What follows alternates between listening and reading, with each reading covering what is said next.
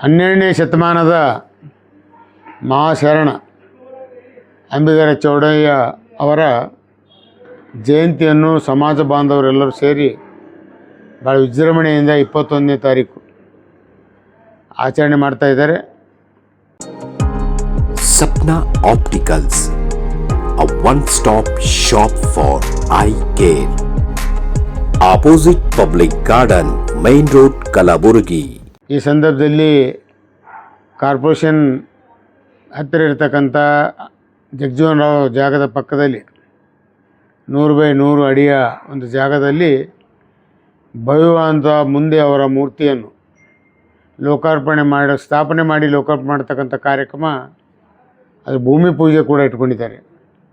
ಹೀಗಾಗಿ ಗಂಗಾಮತ ಸಮಾಜದ ಮುಖಂಡರು, ಎಲ್ಲ ಸಮಾಜದ ಮುಖಂಡರು, ಶರಣರು ಅಂದರೆ ಅವರು ಕೇವಲ ಒಬ್ಬರು ಜಾತಿ ಸೀಮಿತ ಅಲ್ಲ.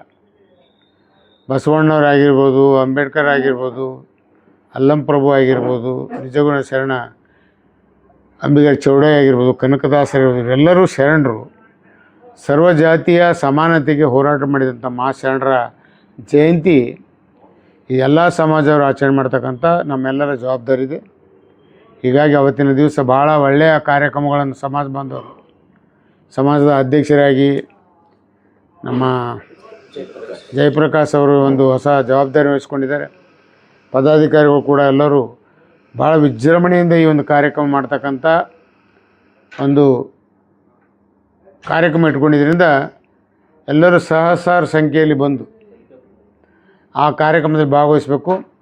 ಮತ್ತು ವಿಶೇಷವಾಗಿ ಹೆಲಿಕಾಪ್ಟರ್ ಮುಖಾಂತರ ಪುಷ್ಪಾರ್ಚನೆ ಮಾಡ್ತಕ್ಕಂಥ ಕಾರ್ಯಕ್ರಮ ಕೂಡ ಗಂಗಾನಗರ ಅವರ ಎಲ್ಲಿ ಆ ಶರಣರ ಮೂರ್ತಿಗಳಿವೆ ಅಲ್ಲಿ ಆ ಒಂದು ಪುಷ್ಪಾರ್ಚನೆ ಮಾಡ್ತಕ್ಕಂಥ ಕಾರ್ಯಕ್ರಮ ಹಾಕಿದ್ದಾರೆ.